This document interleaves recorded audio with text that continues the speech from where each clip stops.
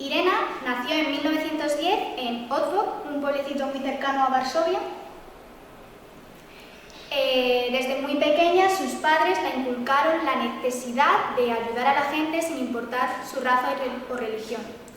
Por ejemplo, cuando Irena tan solo tenía 7 años, su padre murió a causa del tifus que contrajo de unos pacientes judíos a quienes otros médicos no habían querido atender. Por esto, la comunidad judía decidió pagar los estudios a Irena, quien, siguiendo un poco los pasos de su padre, se hizo enfermera. Cuando los nazis invaden Polonia, crean el gueto de Varsovia, confinando allí a más de 400.000 judíos.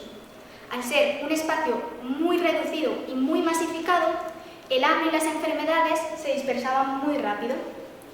Y Irena, ante esta situación, en vez de quedar separada, se unió al Consejo para la Ayuda de Judíos, más conocido como Cegota, y además consiguió pases para poder entrar y salir del gueto sin problemas. Y es en este momento cuando comienza su plan. Ella les propone a las familias la posibilidad de sacar a sus hijos del gueto. Ella me contaba que cuando le preguntaban qué garantía tenía de que los niños iban a sobrevivir, ella les decía que no tenía prácticamente ninguna, pero que si se quedaban en el gueto iban a morir igual. Así que con los niños de las familias que sí lograba convencer, cualquier cosa servía para sacarles. Desde ambulancias diciendo que eran enfermos de tifus, ataúdes, cestos. A mí, por ejemplo, que tan solo tenía 5 meses, me dieron un narcótico y me metieron una caja con agujeros en la que mi madre guardó esta cuchara de plata grabada con mi nombre y mi fecha de nacimiento. Y es prácticamente el único recuerdo que tengo de ella. Una vez éramos sacados del gueto, se nos llevaba o con familias cristianas o a orfanatos. Y en cualquiera de los dos casos se nos daba una nueva identidad que Irena llevaba perfectamente apuntados en unos registros que guardó en 2 tarros y enterró en el jardín de un amigo. Con este método lograron salvar a más de 2.500 niños, hasta que la Gestapo descubrió a Jolanta, su nombre en clave, y la detuvo y torturó. Y aún así ella no dijo absolutamente nada, ni de sus colaboradores ni de los niños que había salvado. Así que por esto fue condenada a muerte. Sin embargo, un día antes de su ejecución, un soldado sobornado por Cegota la ayudó a escapar. Y cuando al día siguiente ella apareció como una de las personas ejecutadas, Irena, con una nueva identidad, siguió con su vida. Al acabar la guerra, desenterró los tarros y se los entregó al Comité de Salvamento para Judíos Supervivientes, que intentaron llevar a cada niño con su familia, pero se encontraron con que la mayoría había muerto en los campos de concentración. Así que los niños con familia siguieron con su familia y los niños de orfanatos fueron llevados a Israel.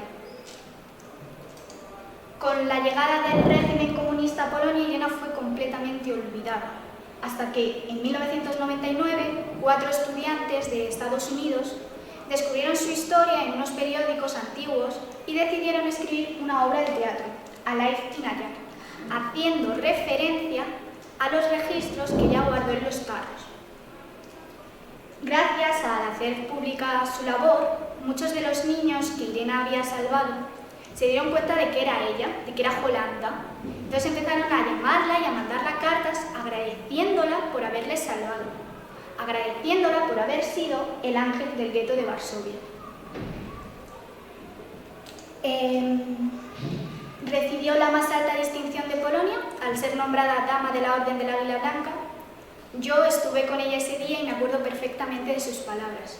Ella dijo que esos actos fueron la justificación de su existencia y no un título para tener la gloria. También fue nominada al Premio Nobel, aunque no lo ganó, y hace poco se ha hecho una serie sobre su vida y finalmente en 2008 Irena murió por una neumonía. Os he querido hablar de ella no porque fuese quien me salvó, sino porque aunque es verdad que al final obtuvo el reconocimiento que merecía, mucha gente no sabe quién es, no saben lo que hizo. Os he querido hablar de ella porque prácticamente todo el mundo conoce la lista de Schindler, pero muy pocos a los niños de gueto. Vale, pues vamos a hablar de Elizabeth Baldwin.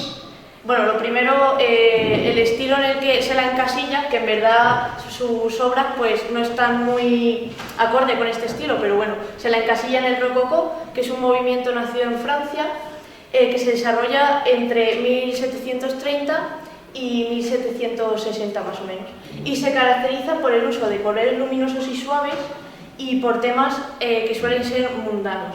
Y bueno, este es un cuadro muy representativo del rococó, que como puedes ver pues tiene todas las características que he mencionado antes, que se llama el columpio. Vale, pues esto un poco su vida. Fue una ilustradora escocesa, botánica, y se hizo famosa como artista y grabadora de láminas para el único libro que ilustró, que es A Curious Herbal, que fue publicado en 1737 o 1739, no se sabe muy bien. El libro contiene una serie de ilustraciones de plantas medicinales del Nuevo Mundo, o sea, de América. Y bueno, fue realizado para consultas médicas, medicinales y todas esas cosas. Vale, Elizabeth Blackwell fue educada como artista por decisión de su padre y no se hizo ilustradora por vocación, sino que debido a los derroches de su marido se quedó sin dinero y se enteró de que necesitaban una farmacopea, que es un libro pues, que recoge todo tipo de plantas medicinales y recetas.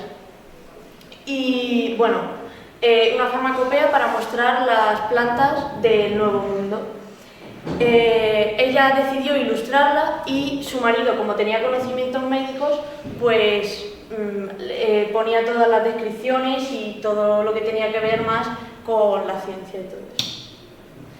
La primera publicación, bueno, antes de hablar un poco del libro, digo primera publicación porque un médico más adelante volvió a sacar el libro con algunos ajustes y bueno, de todas formas la publicación original es esta que vemos aquí, que tuvo bastante éxito porque aparte de la calidad de sus ilustraciones, porque ella llevaba una imprenta que se hizo cargo de este libro, aparte de la calidad de sus ilustraciones, se usaron llaves y enlaces, que era la primera vez que se usaba en un libro de ciencia, y estos relacionaban el texto con las imágenes, lo que hacía mucho más fácil de comprender. Y bueno, recibió una mención del Colegio de Medicina, del Colegio Real de Medicina. Bueno, y estas son varias de sus ilustraciones. Se puede ver abajo las llaves y no se ve muy bien, pero tiene números que indican las distintas partes de la planta y para lo que se podía usar. Hoy os voy a hablar de una artista, de una pintora que es Sofonis Banguissola. Si os fijáis aquí en la portada pone mujeres olvidadas en la historia del arte y esto es una realidad porque hay muchísimas mujeres, ya no solo artistas, sino también científicas, escritoras, etcétera, que fueron muy importantes en su época o tuvieron obras muy buenas, pero por alguna razón hoy en día no las conocemos. Así que, de hecho, en historia del arte, de las decenas y decenas de autores que estudiamos, no hay ninguna sola mujer. Así que esto me parece una iniciativa muy interesante y muy necesaria para conocer ya de una vez por todas nuestra historia. Vale, antes de empezar con lo que es la presentación, os voy a poner un poco en contexto. Sofonisba pertenece a un movimiento artístico que es el Renacimiento, un movimiento que surgió en Italia en el siglo XV y tiene una serie de características que rompen un poco con el arte que se había visto hasta el momento. Estas son antropocentrismo, que quiere decir que el hombre ahora es el centro de todo, no Dios como había sido antes, la belleza. Esto es un poco el concepto del arte por el arte, porque hasta entonces las obras artísticas tenían una función sobre todo religiosa, de decorar iglesias, etc. Y ahora se empiezan a hacer cuadros simplemente porque sí. Y luego también tenemos la perspectiva. En el gótico y en el románico muchas de las pinturas parecían un poco como pegatinas, entonces ahora ya se empieza a tener en cuenta lo que es el fondo de los cuadros y el volumen de las figuras. Esta obra, que es un autorretrato ante el caballete, podemos ver a Sofonisba pintando un cuadro y se encuentra a día de hoy en el Museo del Prado. Ahora, la vida de Sofonisba. Ella nació en Cremona, Italia, sobre 1635, aunque todavía no se conoce muy bien la fecha, se dice que es entre 1630 y 1635. y recibió clases de arte, tanto ella como sus 5 hermanas, entre ellas Lucía Anguissola, que también es una artista muy reconocida. Y esto ya en la época fue algo muy revolucionario, porque la gente, o sea, las mujeres no solían recibir clases, y de hecho Sofonisba, aunque sí estuvo vinculada al mundo del arte desde sus inicios, hubo clases que no pudo recibir, como por ejemplo anatomía, porque no se veía adecuado que una mujer viera cuerpos desnudos, pero bueno, para la época está bastante bien que recibiera clases.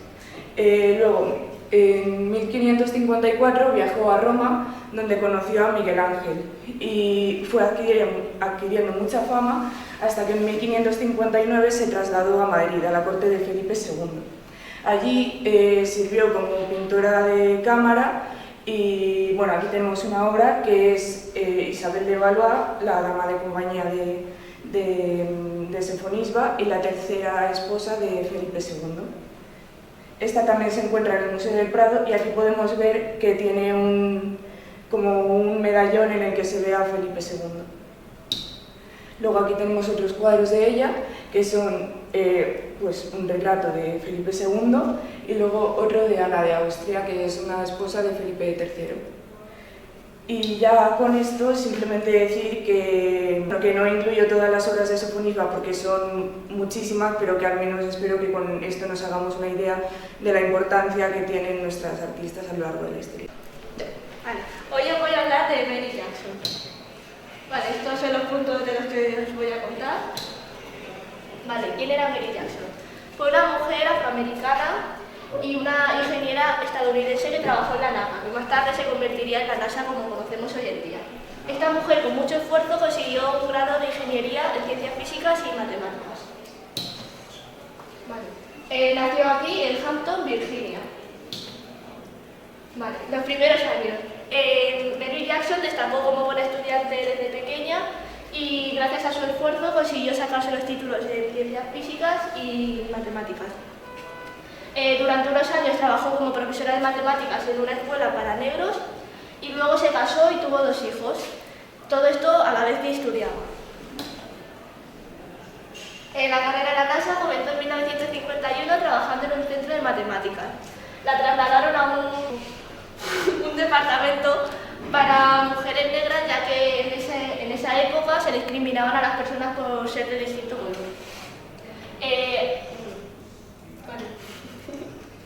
Allí continuó sus estudios y con mucho esfuerzo fue la primera mujer ingeniera. A pesar de estudiar en una época en la que se discriminaban a las personas por el color y por la raza, ella con mucho esfuerzo consiguió seguir adelante y la nombraron presidenta de varias asociaciones que luchaban contra la igualdad de las mujeres. Vale, en 2016 se hizo una película que cuenta la historia de Mary Jackson y su trabajo, su importante papel en el Apolo 11 y en el Mercurio. Junto a sus 2 compañeras Dorothy Vaughan y Katherine Johnson, que también desempeñan un papel muy importante en la historia. Ahora os voy a hablar de su legado. En conclusión, Mary Jackson demostró que tanto negros como blancos, y encima por ser mujer, que tenían las mismas capacidades que el resto de personas. Os voy a contar la historia de Margaret Ann Woodley. Aunque muchos no la conozcáis por su nombre femenino, a lo mejor os suena su nombre masculino, James Barry, ya que tuvo que cambiar su nombre, su forma de vestir y de actuar para poder conseguir su sueño, que era estudiar medicina y poder llegar a ser una cirujana prestigiosa. Pero hoy vamos a recordarla a ella como mujer, como una de las muchas mujeres olvidadas. Margaret nació el 7 de noviembre de 1785, en Irlanda. Desde pequeña siempre se interesó por la medicina y tenía muy claro lo que quería estudiar. Sus padres eran Jeremiah Woodley y Mary Ann Barry, hermana del pintor James Barry, de quien Margaret cogió el nombre. Él, junto con el conde Buchan, ayudaron a Margaret con su cambio para que pudiera estudiar. Y así lo hicieron. En 1805, Margaret, ya como James Barry, ingresó en la Universidad de Edimburgo, consiguiendo el doctorado en medicina en 1812. También sirvió en la batalla de Waterloo en 1815 y llegó a ser inspectora general de los hospitales británicos. En esta época se rumoreaba que tenía una relación homosexual con otro hombre, pero gracias a los estudios posteriores se descubrió que ese hombre era una de las pocas personas que conocía su verdadera identidad. Lucha y éxitos. Margaret realizó la primera cesárea exitosa de toda la historia, en la que sobrevivieron la madre y el hijo, a quien nombraron James Barry en honor a Margaret. Ella luchó por una medicina ética y por un mejor trato sanitario no solo a los soldados y a sus familiares, sino también a los prisioneros y a los leprosos. Y también mejoró la higiene en la mesa de operaciones. Margaret falleció el 8 de septiembre de 1865 en Irlanda por una disentería. Ella dijo por escrito que quería ser enterrada con la misma ropa que llevara puesta, pero no le hicieron caso o simplemente lo olvidaron. Y descubrieron su secreto. No solo eso, también descubrieron que estuvo embarazada a muy temprana edad y por una violación. Como curiosidad, cuando buscas Margaret Ann Bulkley en internet, se la sigue reconociendo con su nombre masculino James Barry.